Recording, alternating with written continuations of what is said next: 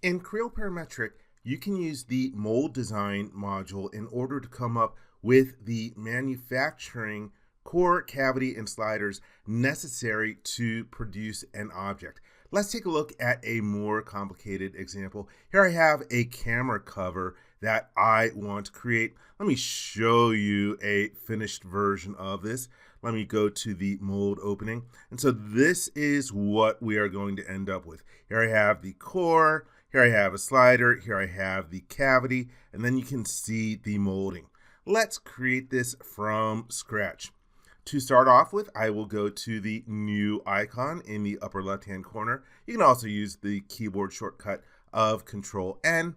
Let's change the type to manufacturing. We have a number of different subtypes, but in this situation, we are going to use mold cavity. Let me call this my camera cover mold.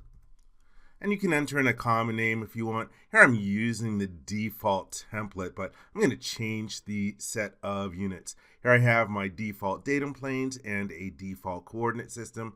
Let me go to my properties icon. I have that added to my quick access toolbar, just so I don't have to go to file and try to remember where it is. It's under prepare. Oh yeah, there it is. Just put in your quick access toolbar. Right now my model is in inches. Let's use the change button. I'm going to do it in millimeter Newton seconds. Let me set that. Here it's asking me how to convert or interpret this, but I don't have anything in here yet, so it doesn't really matter. And then close out of there. Now I've got the set of units that I want. All right, to start off with, let's locate our reference model. If I go to the drop-down list, you have a number of different commands here, but I almost always use locate reference model. And here we have a file open dialog box that allows me to select the part that I want and then use the open button. Then you have your choices of how you want to create the reference model. I never use the same model option. Sometimes I use inherited, but the overwhelming majority of the time I use merge by reference. In other words, it is a one-way associative merge of all the geometry from the source part, the camera cover, into this new model that will be created, camera cover mold, which is the name of the assembly, followed by _ref. You can change the name and the common name if you want, but I am happy with that. Let me click the OK button, and then we can preview how the model is located relative to the pull direction. And right now it's not located the way that I want. It's sort of sideways inside of here. Let's go to our coordinate system display. I actually have a coordinate system that is oriented properly. So in order to use that, in the layout dialog box, you can use the pick icon underneath reference model, origin, and orient. It'll show the model in a separate window. Here, the choice is set to standard, which allows you to select an existing coordinate system. And so I'm going to grab this coordinate system called main, and then I'll hit the preview button again. And now it's oriented the way that I want. I've got the pull direction facing up. I've got the top of the camera cover facing up as well. Let's take a look at some of the other different options that you have in here. I'm just going to do one of these so I can address the slider, but you could do this rectangular. And here we have the number that you want in the X and Y directions. Let's take a look at increasing the increment a little bit. Then I can hit the preview button. And there you can see, let me turn off the coordinate system visibility. I do not need that anymore. So here you can see how they're oriented, and they're all oriented with a constant direction or orientation. Let's see what happens if we choose X symmetric and then preview. And so now you can see how the parts are symmetric about the X axis. And let's do Y symmetric and preview that one. So here you can see how they are symmetric about Y. But again, I'm just going to do a single one. Let's click the OK button out of there. Now we get a warning. Hey, please confirm setting the absolute accuracy value to this number here. When you are doing a manufacturing model, you have to use absolute accuracy, which makes sense. In general, you should always be using absolute accuracy. Okay, let's click OK out of there, and we can hit Done Return out of the menu manager. The next thing I'm going to do is apply some shrinkage to this part. Let's choose Shrinkage. And by the way, there are two different choices in here, shrink by scale or shrink by dimension. I prefer using shrink by scale. And let's again choose that. Here we have two different formulas that we can use. We can use either 1 plus s for the shrinkage factor or 1 over 1 minus s, depending on what your shrinkage values are. For the coordinate system that we want to use for the reference, once again, I'm going to use that coordinate system main. I just turned off my coordinate system visibility. Turns out I need it again. And I move my mouse over the model. Right now it's highlighting the mold default coordinate system. I'll tap the right mouse button. Now that allows me to query select to the main coordinate system. I will pick that. Here's an option for isotropic. If you don't want to use isotropic, you can uncheck that, and then you can define different shrink ratios in the X, Y, and Z directions. I'm going to use 0.005 in X, Y, and Z. Let me double click in there, 0.005, and hit the enter key. There's this preview button here. I never use it because, I don't know, I can't see that much of a difference in the model. Let's hit the check mark. And if I expand the reference part, you can see that we have a shrinkage feature located at the bottom of the model tree. You can see that we only have the external merge feature that brings in all the geometry from the reference model.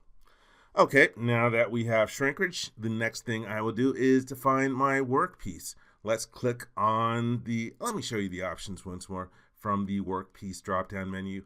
I almost always use automatic workpiece, but if you have pre-existing workpieces, you can bring them in. Here's this option to create a workpiece, which is more work than automatic workpiece. So let's just use that, automatic workpiece.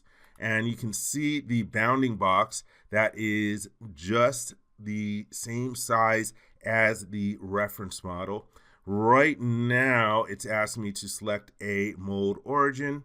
Let's just use the mold default coordinate system.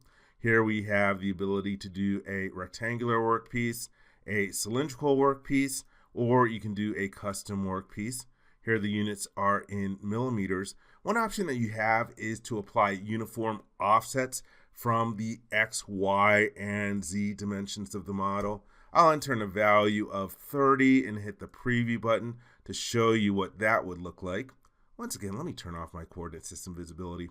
One thing that I strongly recommend when you are working in mold design, always make the screen as easy to read as possible. It's really easy to make the screen cluttered. Also, I'll talk about renaming your different objects in the model tree as well. So here I'm using uniform offsets of 30. I tend to not like that because now we have weird dimensions for the workpiece. I like to have something that's a little more normal. So let's see, instead of this 117 value, let's use 120 for the X direction. Let me make this a little smaller, 180. And then for the positive Z for the cavity, let's make that a little smaller. And same for the minus Z, a little smaller is fine with me. Let's hit the preview button. And that looks like a darn good workpiece to me. I will click the OK button. And now you can see the workpiece here in the model tree. Normally, the next thing that I would do would be to create my main volume, but I'm actually going to do the slider first just because it'll be easier for me to see. To create my volume for the sliders, I'll go to the mold volume command. Right now it's in volume split, but I want to make sure I'm doing a mold volume. And here in the dashboard, we have the ability to create a slider. And when I click on the slider icon, it gives me the option to do something called calculate the undercut boundaries. Based on the pull direction, it can figure out where you have undercuts in the model. And we have two quilts that are highlighting right here, exactly where I would have expected to need some kind of slider. And it ended up creating two quilts. Right now they are excluded. I'm going to use the control key to select both and then move them from exclude over to include. Then we can hit the preview button, and there you can see the geometry for it. Here we have the ability to specify a projection plane. Let me show you what that does. I will use the pick icon to select this surface over here, and then when I go to the eyeglasses to preview it, you can see that it extends that undercut to the reference surface. But I don't want that because I'm actually going to create an extrude that's going to be a little bigger than that. That's kind of small for the slider. So let me remove the projection plane. Now if I hit the eyeglasses, you can see that it's only the undercut volume. I like that. Let's hit the check mark. And so I've got my slider volume created in the model tree, but you'll notice I'm still in the edit mold volume dashboard. From here, I can create a new sketch. I'm going to select on this surface to sketch. Right now, it's suggesting that bottom surface to face the bottom of the screen. That is fine. I will click on the sketch button to go into sketch mode. And for my sketch references, I'm going to grab the edges of that undercut volume. I can hold down the right mouse button to get to my sketch references dialog box. Right now I've got a couple suggestions from Creo Parametric, but I am not going to use them because I'm going to use the edges. To select them, I need to query select, which is tapping the right mouse button. So I can grab them because right now my workpiece is in the way. Let's hit the solve button and then close out of there. Let me go to my sketch view. And you can see the references that I have. For my geometry, let's see, I can get to the rectangle command from the right mouse button menu. And let me sketch, and I'm trying to make sure that I'm not going to lock into any unnecessary geometry. Yeah, about that size looks good. Let's see, let's change this dimension here. 2.5 sounds good to me. This one, let's make this one a little wider. Let's use a value of 5.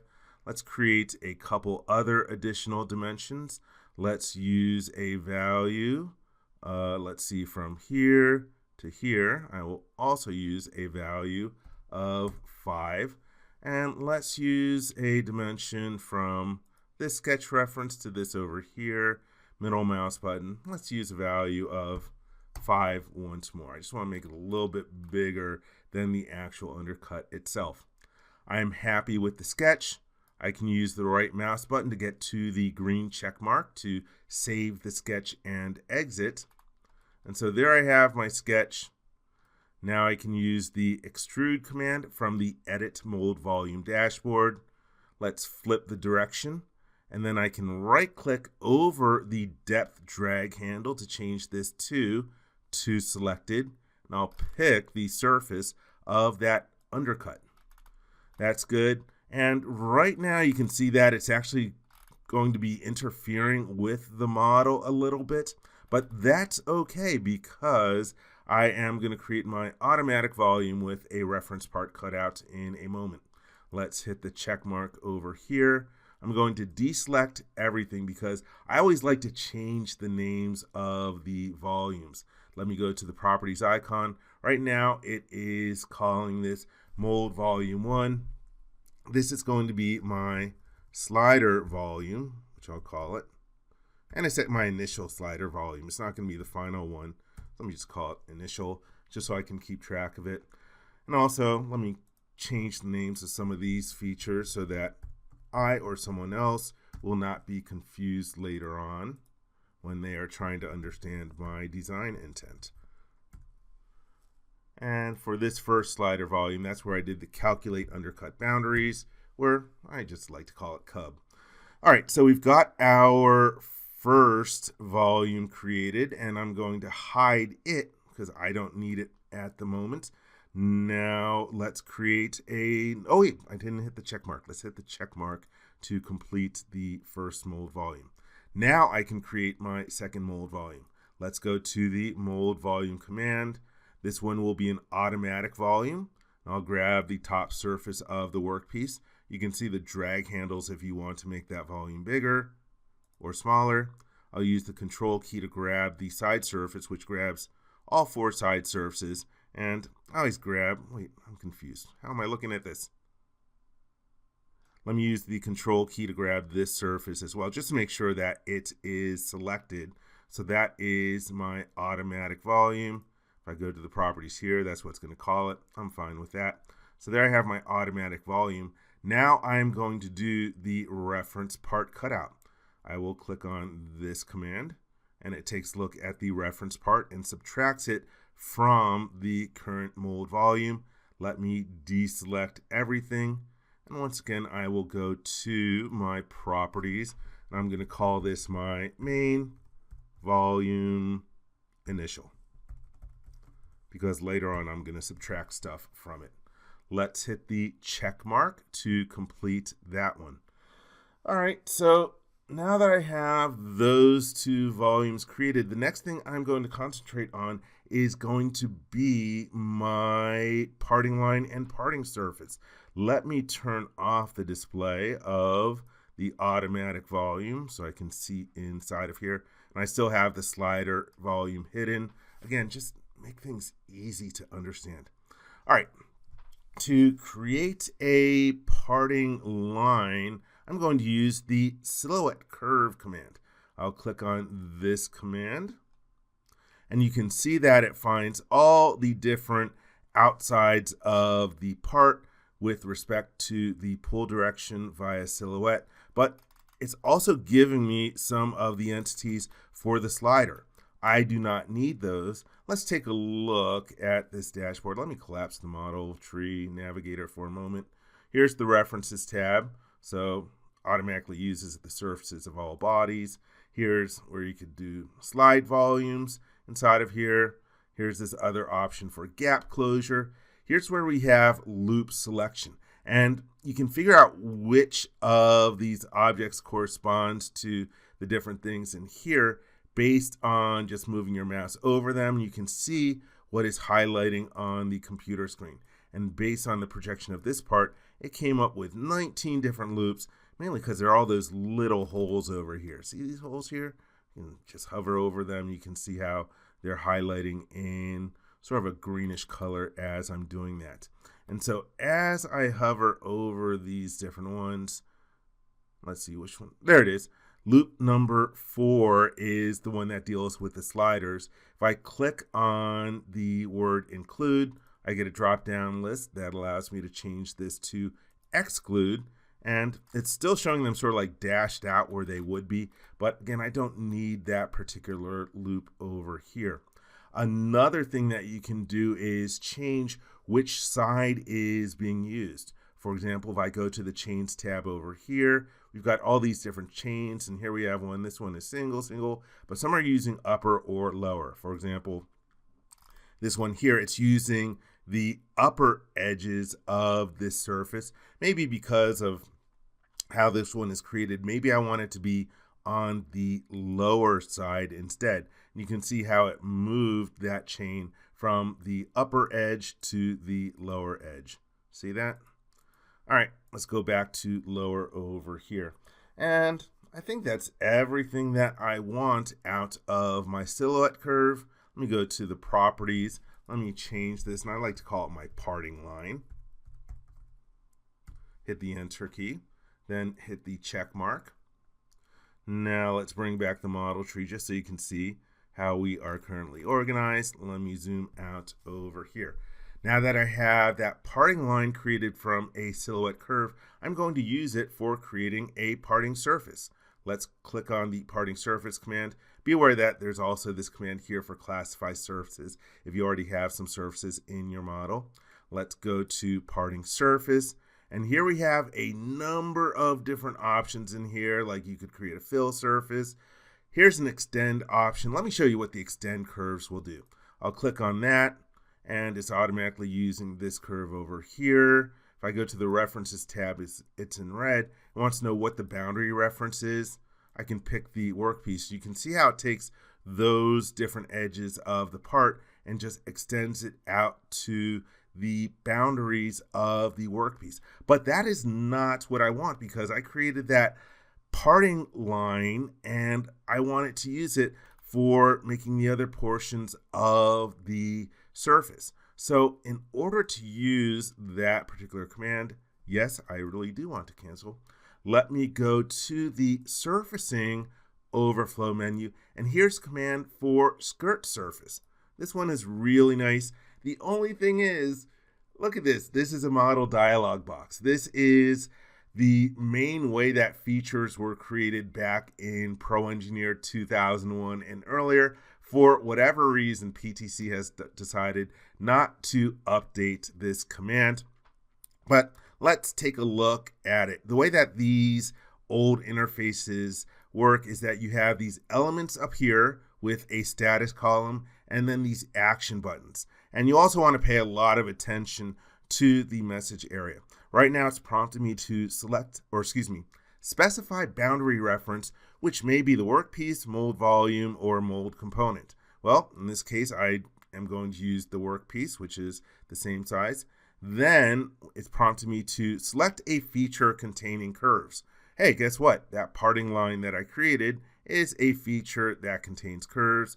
I'll select it. One thing about the old interface, you're always using menu managers and hitting done and done return out of there. So now I filled in this information. Oh yeah, another thing about the old interface is that you did not get an automatic preview. That was one of the best things to come about with Wildfire 1.0. As you're creating features, they were being previewed to you. Oops, trying to slide things here. And so now you can see what my parting surface looks like, and that looks wonderful. There's a bunch of other different options here. In another set of videos, I'll show using some of the options like the shut-off extent and maybe even draft angle, stuff like that. But this is good. Let's click the OK button. And here I have my skirt surface. I'm going to rename this and call it my parting surface. Again, just to help keep everything organized. So I am happy with that parting surface. All right, so now I am ready to start doing some subtraction. And for doing the subtraction, I don't need the parting surface. First, I'm going to take out the slider. So let me hide the parting surface and let me find my slider volume and show it. And oh, you know what? I forgot to finish up this parting surface. Let me hit the check mark out of there. It's always weird that the dashboard stays open even though the object is in the model tree, but hey, all you have to do is hit the green check mark. All right, so let's see. Now I'm going to start doing some splits. Let me go to the mold volume dropdown. Here we have the volume split. And for the volume that I'm going to split, let me see if I can grab the automatic volume. Yep, there it is, right out of the model tree. But the weird thing is, for the references that you want to use for the split surfaces, you have to select it in the graphics area because these are surface references. They're not a feature reference. And here is where I'm going to select that slider volume that I just made visible. All right, Creo Parametric did some thinking. Now I can go to the volumes tab, and we have two different volumes over here. I'll click volume 1, and it's highlighting the main volume that has had the slider subtracted from it. Here's volume 2, which is just the slider itself. And I'm going to rename this. This is going to be my slider volume final. That's what I'm going to use to create a component after I do the next split. And let's go to volume 1. And this is sort of like an intermediate volume. I'm going to call it main volume intermediate. Can I spell today? Intermediate. And hit the enter key. All right, that's good. Let's hit the check mark out of here. And now I can see the new main volume over here. Let me go back to this particular one. Let's hide it. And let's see. Let me go to my parting surface. and make it visible. Now let's do another split. Let me go to the volume split command. This time I'm going to split this intermediate volume. And for my split surfaces, I'm going to use the skirt over here. Creo Parametric is doing some thinking, and it highlights the two other new volumes. Let's go to the volume here, and here, this particular one. This is going to be my core. Let me call this, what do I want to call this? I'm going to call this my camera core final. I like to be consistent in my naming, so when I'm creating components, I know what I want to use. And this one is going to be the cavity. Camera, cavity, final, and hit the enter key. That's good. Let us hit the check mark. And I've done my different splits. I've got a bunch of different volumes visible on the computer screen. It is starting to get confusing, but the nice thing is when I extract my mold components, it is going to automatically hide a bunch of different things. And so here I have the different objects. I just want to use the camera cavity final, the camera core final, and the slider volume final. Let me expand advanced. And right now, it is not using a default template for any of these parts. Let me select all and then use copy from. And it goes to the folder where I have all my different default templates. Let me use my company's start part that is metric and set up for model-based definition. There you can see it's being used. And let's rename some of these different parts here. So this is going to be called camera cavity final. Actually, I'm fine with that name. And camera core final. Let me call this my camera mold slider and hit the enter key. And so that is, oops, that was the common name. Let me call this the camera slider. Camera mold slider. And I don't care about entering in a common name. You should care, but I don't. All right, so that looks good. Let's hit the OK button over there. And now it's creating the individual parts. You see stuff changing color on the computer screen. Let's now just make sure that anything that needs to be hidden is hidden. Let me go back over here and hide that one. And so there you can see the different parts that we have. Let me see, I can hide the parting line, hide my parting surface, and let me go to the View tab and be sure to save status so that when I save this model, it remembers what I want visible and not visible. Next step that I'm going to take, let's create the molding, which is going to be the part that is going to be the result of this mold design. And for the name of the part, let me call this my camera molding. And I can enter in a common name if I want. And here you can see a preview of the geometry. All right, let's do a mold opening and see what all this stuff looks like. I will click on the mold opening command. This is going to bring open the menu manager. Let's define a step and then define a move. And the first thing that I will do is grab the slider part, and then you can hit OK or middle mouse button.